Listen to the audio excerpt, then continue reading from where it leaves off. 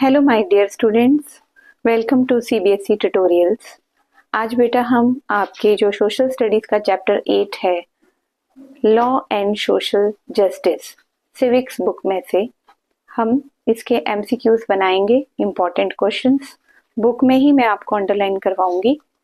आप ध्यान से इस वीडियो को सुनिएगा और क्वेश्चंस जो हैं उनको समझिएगा।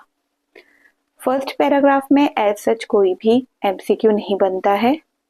सेकेंड पैराग्राफ में अगर आप देखें तो यहाँ पर एक एमसीक्यू आपको many of the people directly और indirectly involve in the production of shirt, the small farmer producing cotton, the weavers Erode and the workers in the garment. यहाँ पे आपको एमसीक्यू बनेगा कि स्मॉल फार्मर्स क्या करते हैं। ठीक है, तो मैं यहाँ अंडरलाइन कर रही हूँ, आप इसका क्वेश्चन बना लेंगे। स्मॉल फार्मर को हमने किसके साथ रिलेट करना है बेटा? Producing cotton. ठीक है, अगर हमसे वीवर्स पूछा जाएगा एमसीक्यूज में तो हम क्या लिखेंगे? वीवर्स और द वर्कर्स दोनों सेम चीज है। एक्सपोर्टिंग फैक्ट्री, ठीक है, इन द गारमेंट क्या करेंगे वो? Weavers exporting factory. ये हमारे दो एमसीक्यूज इस पैराग्राफ में से बनते हैं। ठीक है, यहां पर एक चीज लिखी गई है कि मार्केट में हर जगह एक्सप्लॉइटेटिव ऑफ पीपल, यानी लोगों का शोषण होता है, चाहे वो वर्कर्स हों, कंज्यूमर्स हों या प्रोड्यूसर्स हों।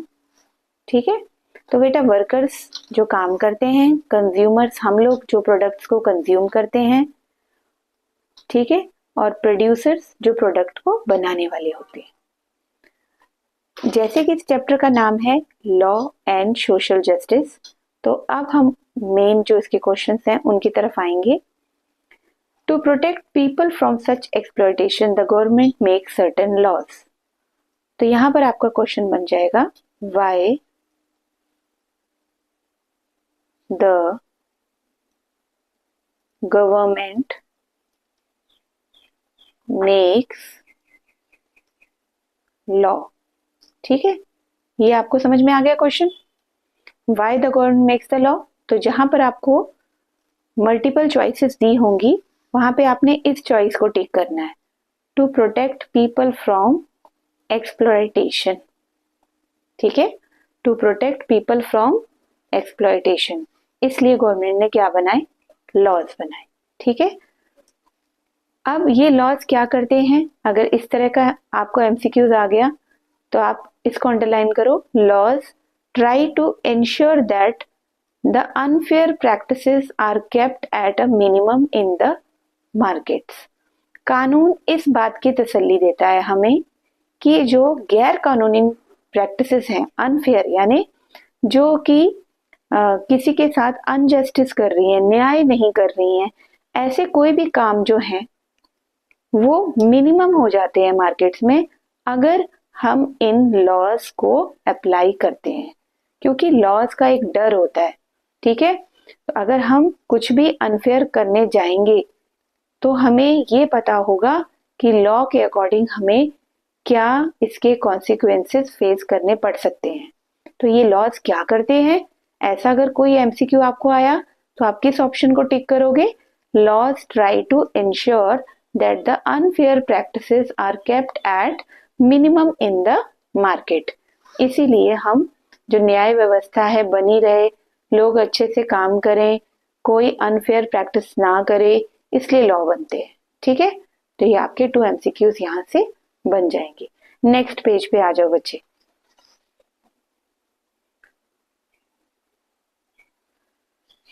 Let us take a common market situation where the law is very important. This is the issue of workers' wages.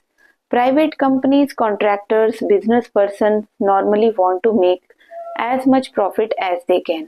तो यहाँ पर क्वेश्चन आएगा कि कौन प्रॉफिट बनाना चाहता है। ठीक है, तो आप ऑल ऑफ दीज में जाओगे ऑप्शन में, कंपनीज भी, कॉन्ट्रैक्टर्स भी, बिजनेस पर्सन्स भी। ठीक है, ये तीनों जो है ये मार्केट में क्या चाहते हैं बेटा? प्रॉफिट बनाना। ठीक है, तो ये एमसीक्यू आपको समझ में आ गया। ये जो आज की वीडियो है बच्चे, मेन मोटिव इसका ये है कि आपको इस चैप्टर में से एमसीक्यूज किस तरह से पूछे जाएंगे, क्योंकि मैं नहीं समझती हूँ आप किसी भी गूगल साइट पे जाओ, चैट जीपीटी पे जाओ, बने बनाए एमसीक्यूज करो वहां पे। क्यों? क्योंकि जो बेस्ट वे है एमसीक्यू करने का वो है आपकी एनसीईआरटी की बुक। लाइन टू लाइन आप चैप्टर को रीड करो और जहां पर आपको लगता है कि इसके ऊपर एमसीक्यू बन सकता है उसको अंडरलाइन करो। और एमसीक्यू में तो बेटा आपके मजे ही मजे हैं। अगर आपने एक बार भी रीड किया होगा, अंडरलाइन किया होगा, तो ऑप्शन देखते ही आपको वो चीज याद आ जाएगी। ठीक है? तो नींद आती है ना हमें जब हम सोशल पढ़ते हैं, तो थोड़ा इंटरेस्टिंग वे में सोशल को पढ़ा जाए। ठीक है? इसलिए मैंने ये वीडियो आपके लिए बनाया है, स्पेशली 8th क्लास के बच्चों के लिए। तो हमारे पास प्रॉफिट कमाने वाले कौन कौन हो गए? Companies, contractors, business person. अगर 3 ऑप्शंस में ये आपको दे रखा है और चौथी में ऑल ऑफ दीज लिखा है, तो आपका आंसर क्या होगा? All of these. ठीक है? Next, in the drive of profits they might deny workers their rights and not pay them wages. For example, in the eyes of the law, it is illegal or wrong to deny workers their wages. Similarly, to ensure that workers are not underpaid or are paid fairly, there is a law on minimum wages. ये बहुत important question है। कम से कम minimum wages, wages का मतलब दिहाड़ी।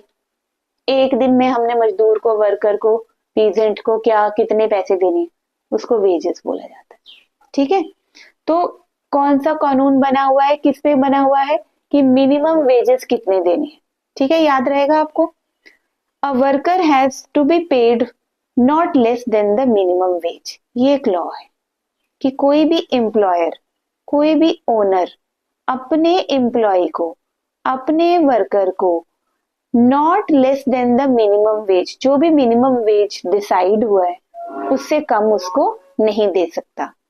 The minimum wages are revised upwards every few years. ठीक है? हर कुछ सालों बाद मिनिमम वेज जो है वो चेंज होते रहते हैं।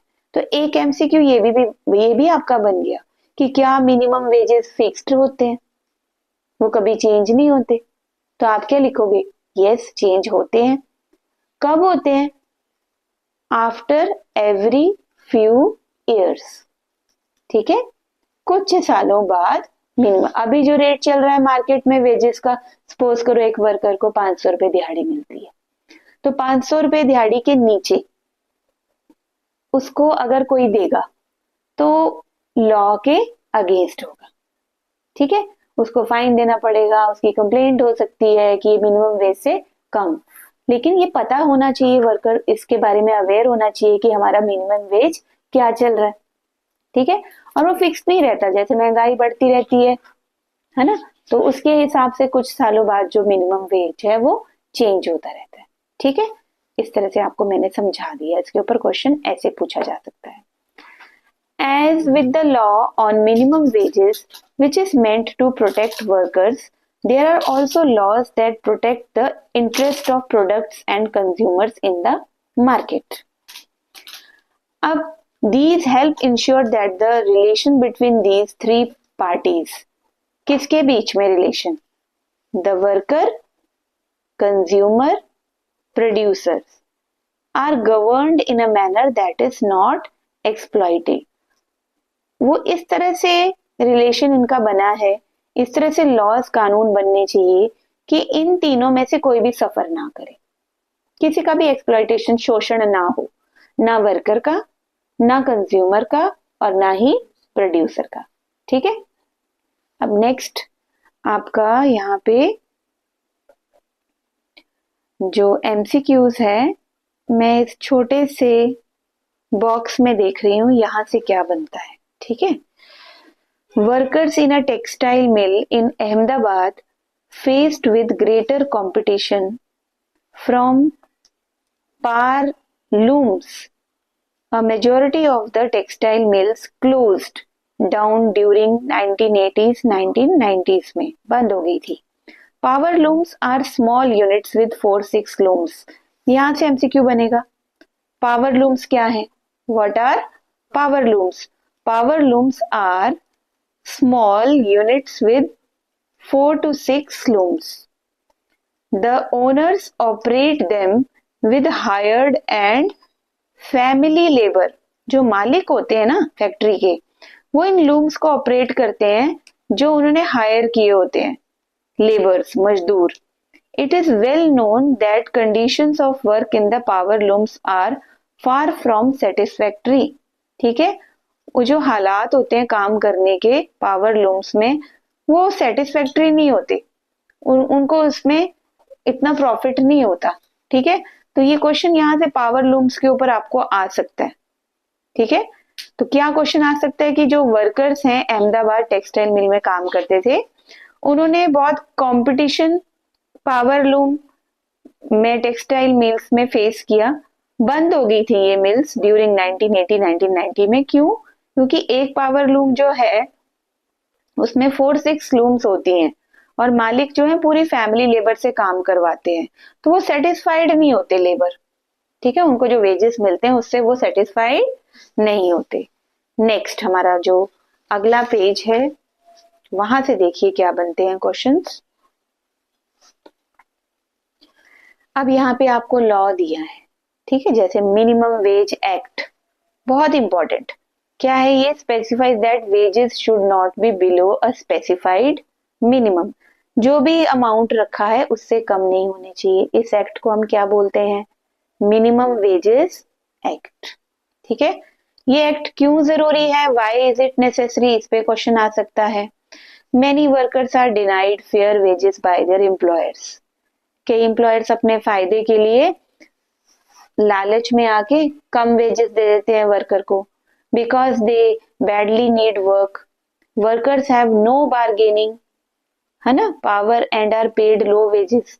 तो अगर ऐसा कोई लॉ बना होगा मिनिमम वेजेस एक्ट, तो फिर वर्कर एम्प्लॉय को, जो अपना एम्प्लॉयर है, उसको बोल सकता है, अवेयर होगा कि मेरा इतना बनता है, इस नहीं तो मैं कहाँ जाऊंगा, मिनिमम वेजेस एक्ट के अकॉर्डिंग आपकी कंप्लेंट कर दूंगा कि आप मुझे कम वेजेस दे रहे हो. ठीक है, इसलिए इस लॉ की बड़ी जरूरत है. और आप इंडिया जैसी कंट्री में जहाँ पे एजुकेशन, सबको पढ़े लिखे नहीं होते हैं वर्कर्स, तो उन्हें अवेयर पता ही नहीं होता कि हमारे लिए कोई एक्ट भी बना है ना. लेकिन अब इतनी अवेयरनेस आ गई है लोगों में कि एक दूसरे को देख देख कर उन्हें पता है. और पढ़े लिखे लोग भी एज अ लेबर वर्कर का काम कर रहे हैं, अनएम्प्लॉयमेंट इतनी ज्यादा है. तो ये वाला एक्ट, मिनिमम वेजेस एक्ट, उनको इस चीज से बचाता है कि उनके जो एम्प्लॉयर हैं, ओनर हैं, उनको कम वेजेस ना दे. ठीक है, whose interest does the law protect? Law किसके इंटरेस्ट प्रोटेक्ट कर रहा है यहाँ पे? वर्कर्स की. किसके? वर्कर्स की.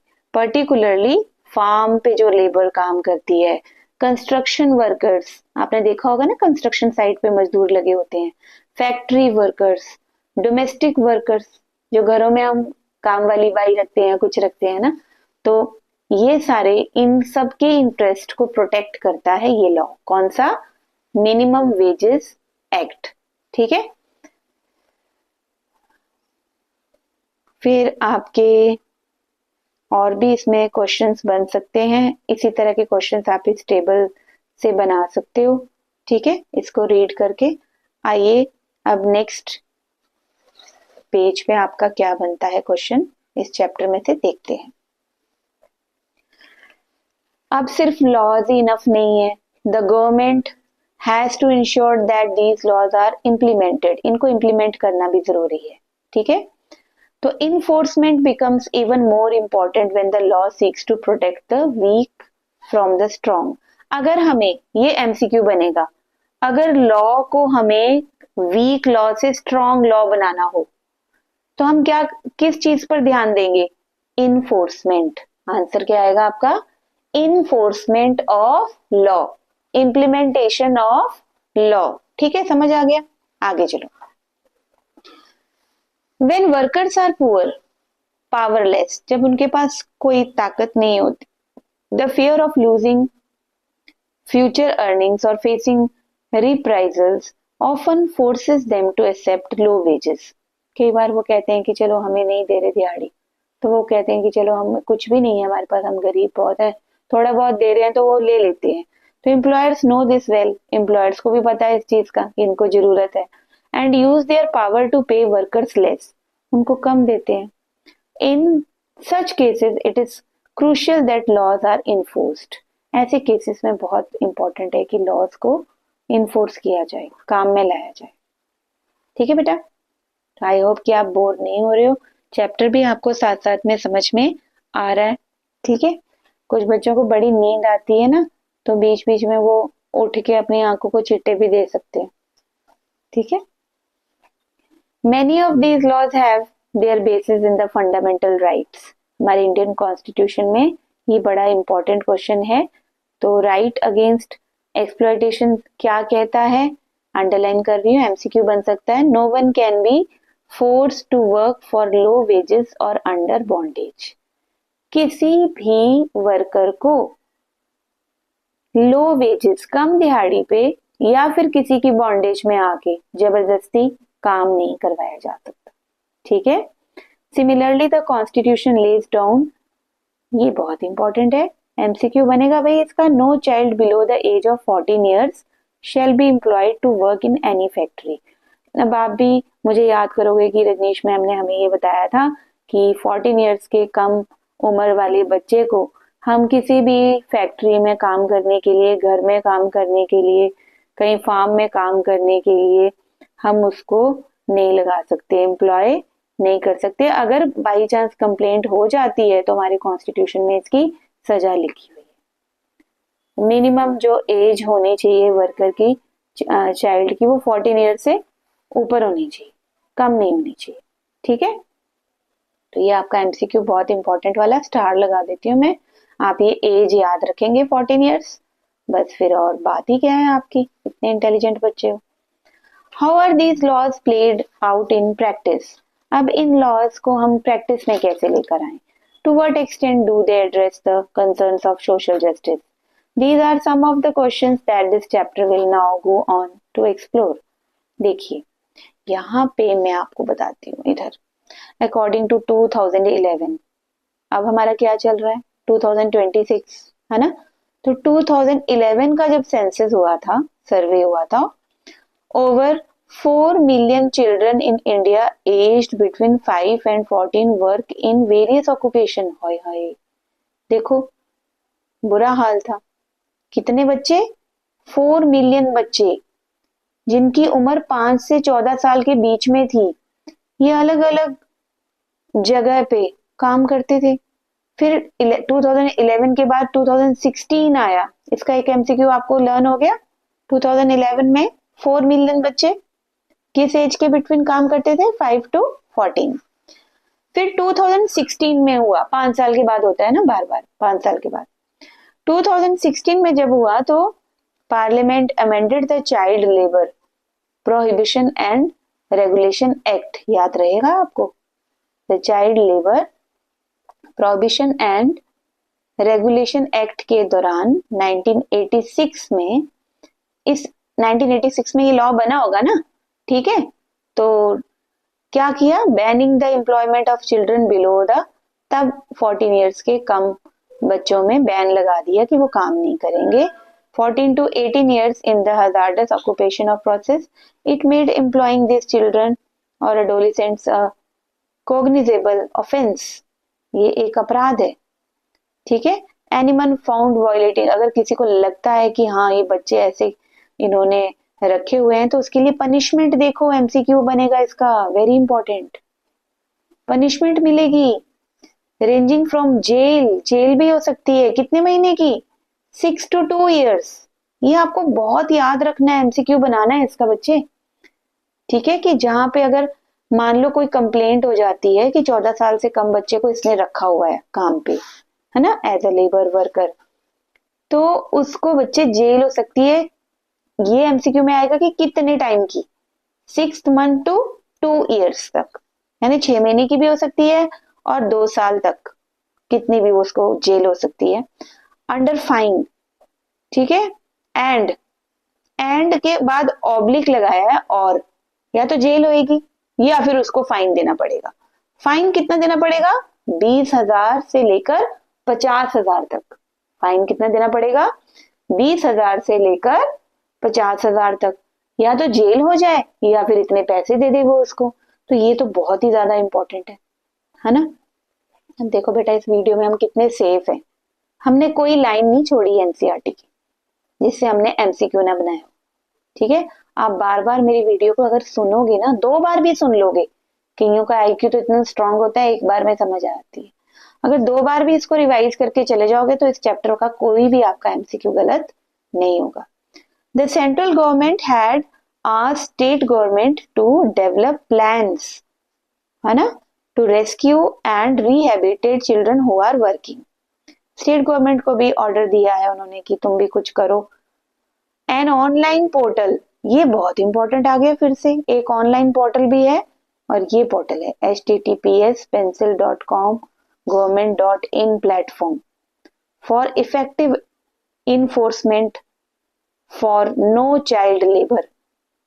पेंसिल, क्या नाम है इसका? पेंसिल। ठीक है, ये फुल फॉर्म किसका है? P for platform, E for effective enforcement, N for no, C for child, L for labour. ठीक है, ये पेंसिल जो है ये आपको एमसीक्यू में पूछा जा सकता है। Has become functional in 2017। कब फंक्शनल हुआ? 2017 में। ठीक है, 2017 में ये फंक्शनल हुआ।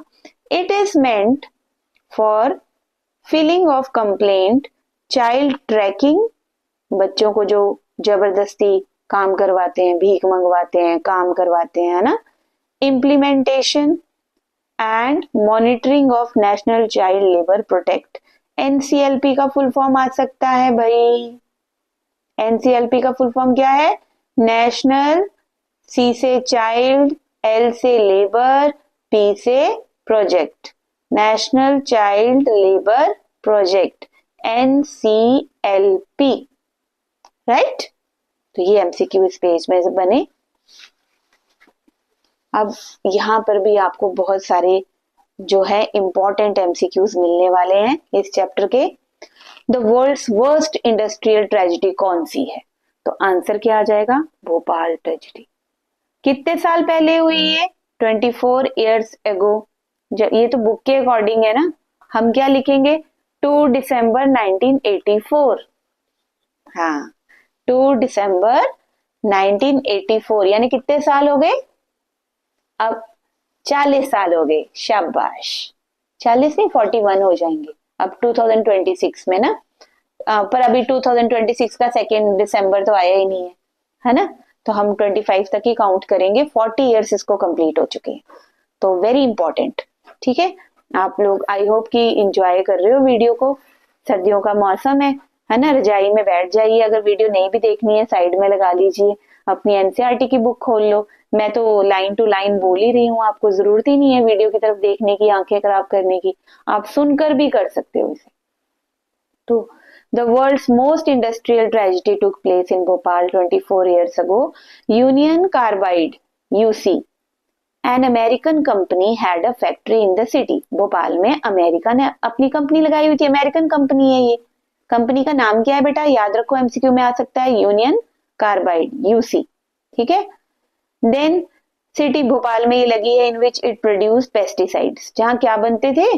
पेस्टिसाइड। अब बच्चों को कहानी नहीं ना पता इसकी कि वो फैक्ट्री किसकी थी। पेस्टिसाइड्स क्या होते हैं? कीड़े मकोड़े मारने वाली दवाई, पेस्ट को मारने वाली दवाई, वो बनते थे। एट मिडनाइट, आधी रात को, ऑन 2 दिसंबर 1984 में, मिथाइल आइसोसाइनाइड, एमआईसी का फुल फॉर्म क्या है?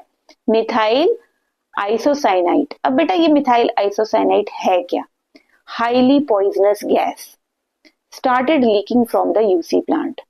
ये जो यूसी प्लांट था ना, यूनियन कार्बाइड प्लांट था जहां पे पेस्टिसाइड्स बनते थे, वहां पे 2 दिसंबर 1984 की रात को MIC methyl isocyanide highly poisonous gas जो है वो लीक होना शुरू होगी प्लांट में से। अभी तक बेटा वहां पे हैंडीकैप बच्चे पैदा होते हैं, जीन्स में ऐसा असर हो गया एनवायरमेंट में। अभी भी कोई ना कोई उन्हें डिफेक्ट होता है, born effect.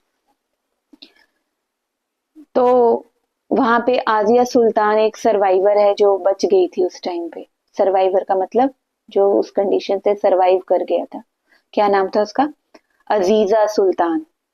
At about 12:30 AM, उसने खुद बताया ये चीज, 12:30 बजे उस रात को, I woke to the sound of my baby coughing badly.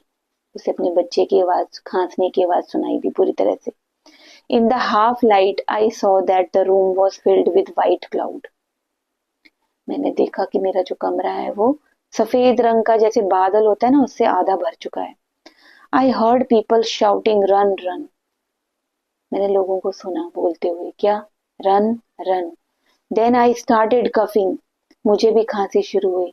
With each breath seeming as if I was breathing in fire.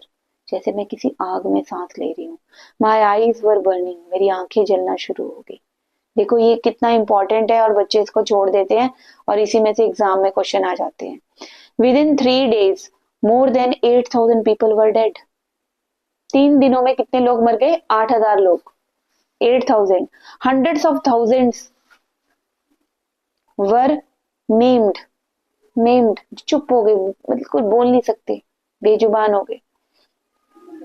Most of those exposed to the poison gas. उनमें से बहुत सारे जो थे वो पॉइजन गैस जो थी ना उसमें एक्सपोज हो गए। Came from poor working class families और which nearly 50,000 people are today too sick to work. वो कहते हैं कि 50,000 लोग जो हैं वो बीमार है, काम नहीं कर सकते। 50,000 बेटा थोड़ा अमाउंट नहीं होता।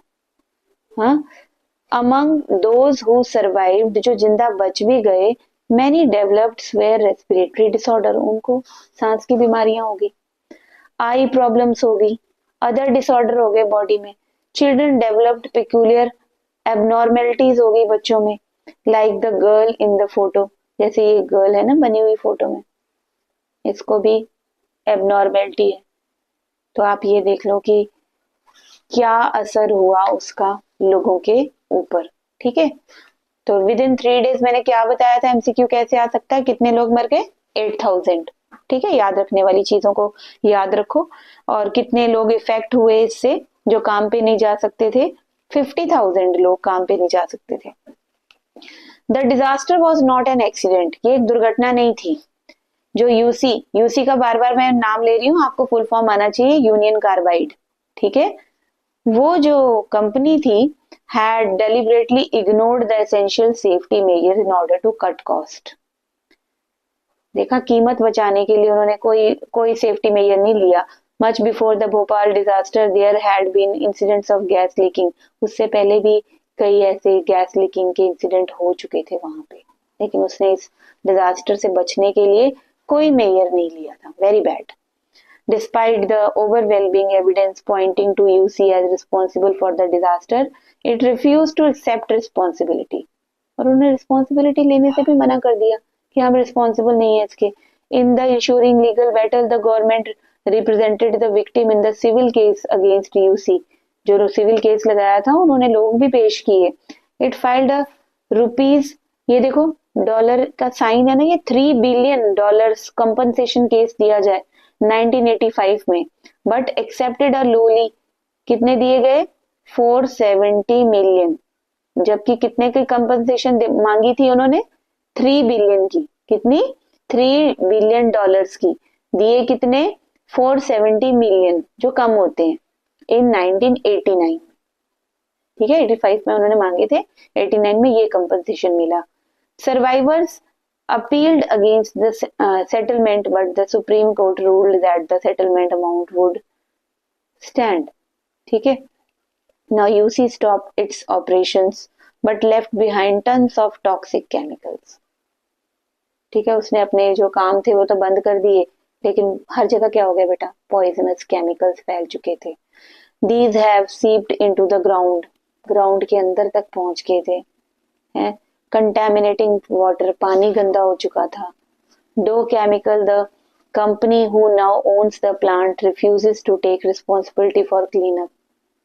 कंपनी ने साफ सफाई की रिस्पॉन्सिबिलिटी लेने से भी मना कर दिया। अब आप ये हालात देखो, 24 years लेटर, 24 साल बाद, people are still fighting for justice. जब ये बुक छपी है, आपकी ये एनसीईआरटी की बुक छपी है, अभी तो 40 साल हो गए ना, लेकिन 24 साल बाद की ये बात लिख रहा है बुक वाला कि अब भी लोग न्याय के लिए लड़ रहे हैं। For safe drinking water, for health care facilities, jobs for the people poisoned by UC. They also demand that Anderson, the UC chairman who faces criminal charges, be prosecuted.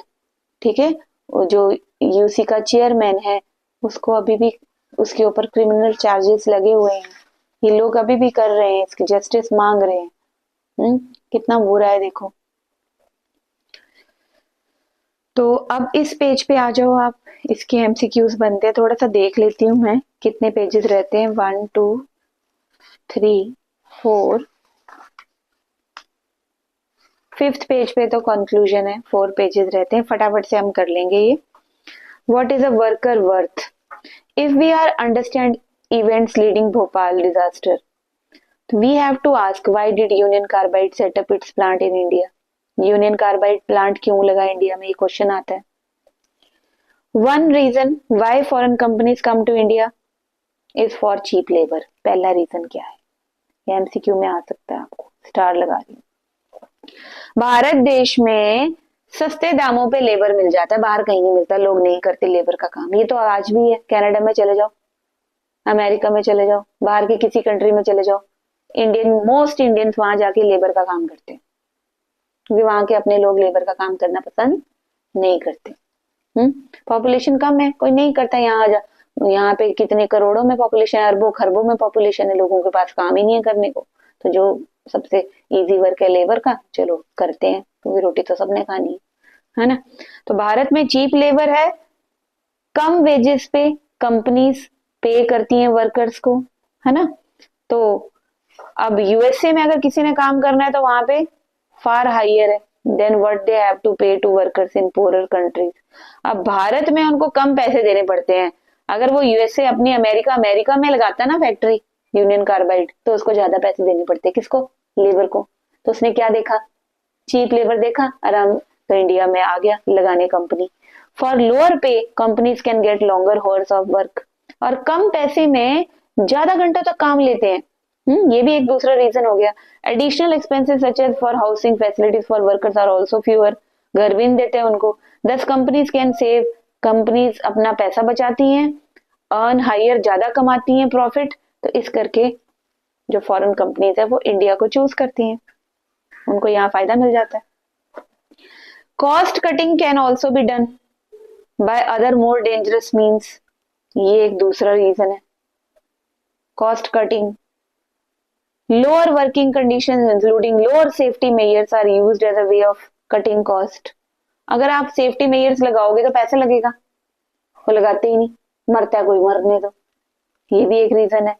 In the UC plant every safety device was mall functioning. जो भी safety device लगी हुई थी ना company में, वो माल functioning थी, काम ही नहीं करती थी, वो काम ही नहीं करती थी, और was in short supply between 1980-1984 the work।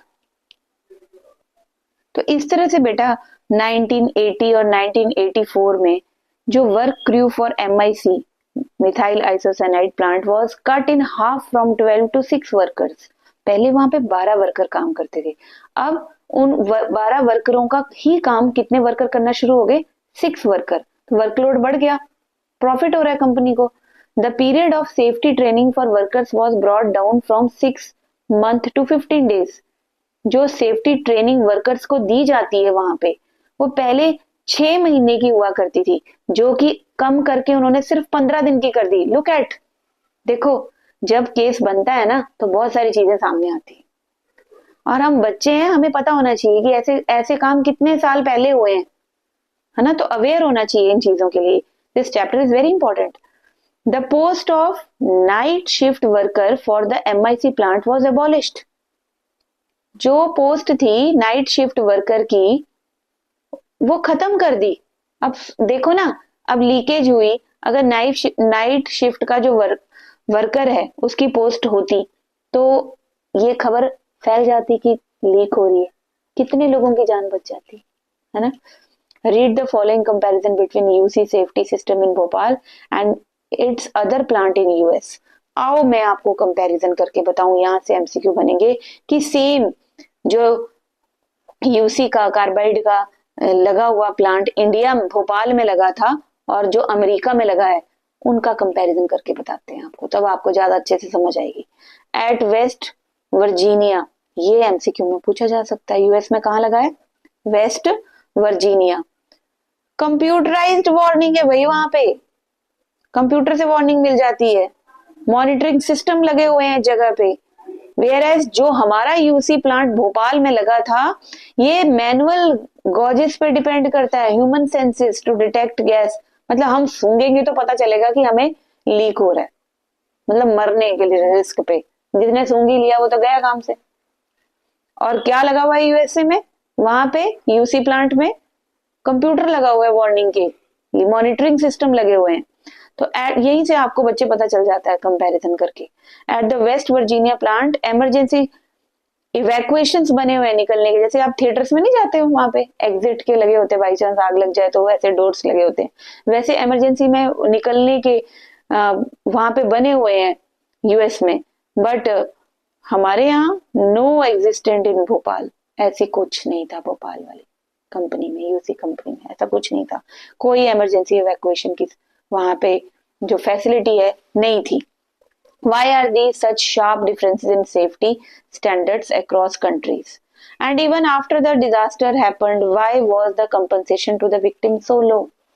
वो कहते हैं कि चलो मान लिया नहीं था, लेकिन जब डिजास्टर हो भी गया, जब ये घटना हो भी गई, तो कंपनसेशन क्यों इतना कम दिया गया विक्टिम्स को? One part of the answer lies in what is perceived as the worth of an Indian worker. One worker can easily replace another, सबसे बड़ी बात है, ये एमसीक्यू में आ जाएगा। अगर एक वर्कर तैयार नहीं ना होता तो दूसरा वर्कर मिल जाता है भारत में, ये सबसे बड़ी बात है। Since there is so much unemployment, reason क्या है, बेसिकली रीजन क्या है, अनएम्प्लॉयमेंट। क्या है, unemployment. There are many workers who are willing to work in unsafe conditions, लोगों को फर्क ही नहीं पड़ता कि कंडीशन सेफ है या अनसेफ है, उन्हें तो बस क्या चाहिए जिंदगी जीने के लिए, थोड़े बहुत गुजारे लायक पैसे, जिससे वो क्या खा सकें, रोटी कपड़ा मकान ले सकें। Making use of the workers vulnerably, employers ignore safety in work places. Thus even so many years after the Bhopal tragedy के बाद, इतने सालों बाद भी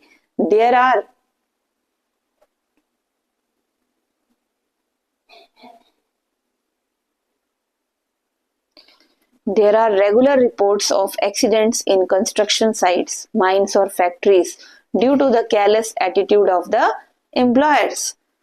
Enforcement of safety laws. Safety laws की enforcement कैसी हुई बेटा?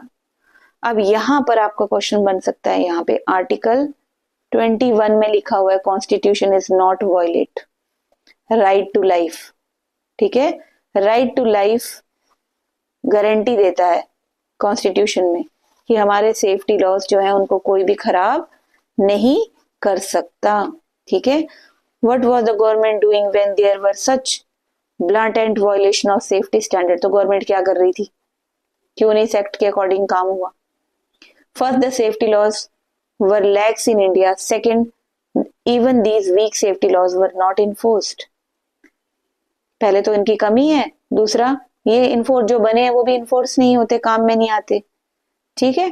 तो ये क्वेश्चन आप देख लोगे, एमआईसी का full form unit 1978 was a safety violation, ठीक है। Position of government was the state needs to continued investment in Bhopal plant, जो जॉब देती थी, it was unthinkable according to them to ask UC to shift to cleaner technology और safer procedures.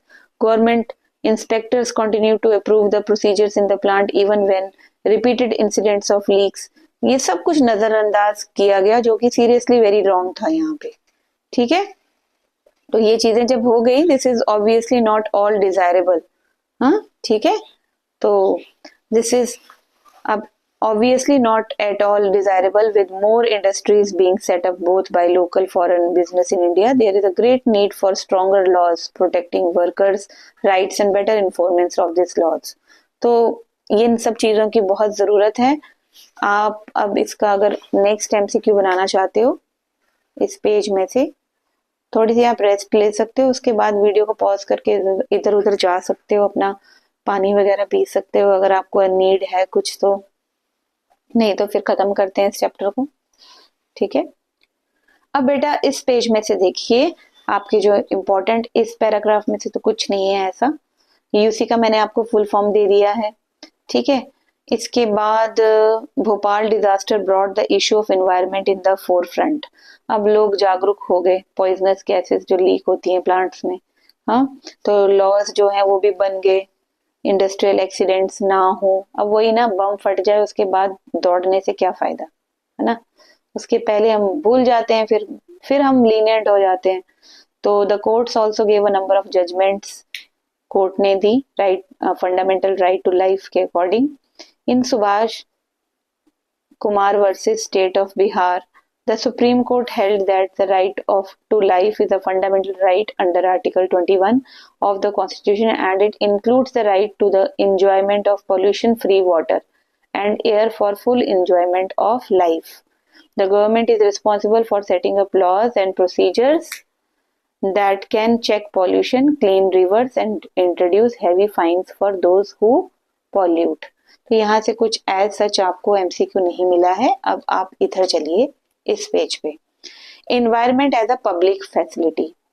तो recent years में आपको courts ने have come out with strong orders on environmental issues.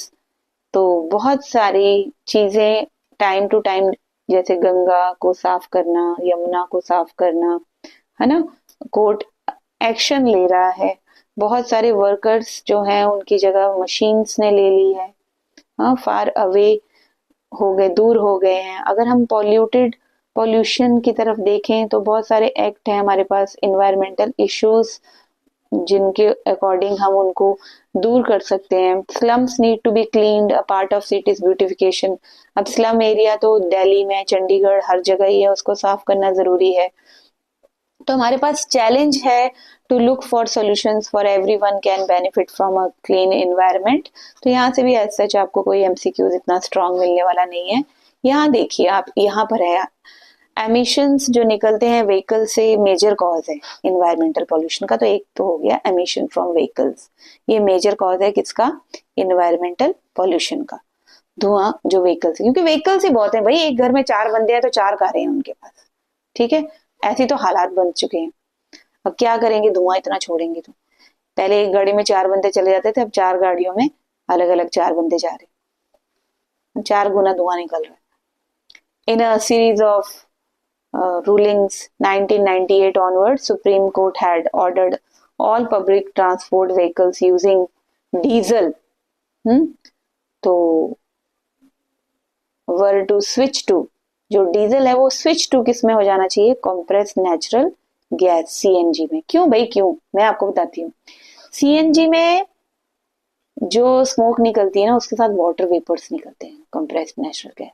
ठीक है, तो आपका जो कार्बन डाइऑक्साइड वाला अमाउंट है ना, वो बहुत कम हो जाता है. नाइट्रोजन ऑक्साइड, सल्फर, ये वाला अमाउंट बहुत कम निकलता है. As a result of this जो एयर पॉल्यूशन है सिटीज में लाइक दिल्ली केम डाउन, कम हो गया. बट अ रिसेंट रिपोर्ट आई है जो new Delhi shows the presence of high levels of toxic substance. और अब 2026 की बात करूं तो उनका जो एयर का आईक्यू है, बहुत इंडेक्स जो है उनका खराब हो चुका है. ठीक है, लोग बाहर नहीं निकलते हैं घरों के. वहां पे एक दिन अगर आप बाहर घूम लो ना इन दिनों, ठीक है, जनवरी चल रहा है अभी, आप दिल्ली चले जाओ 2026 में इस टाइम पे, तो एक दिन में जो आप सांस खुले में लोगे ना, उसका मतलब है आपने 20 सिगरेट स्मोक किए. ऐसी हालत है. तो एयर प्यूरिफायर्स जगह जगह लगे हुए हैं, बट वो भी कितना काम करेंगे, है ना. तो ये हाल है एयर पोल्यूशन का.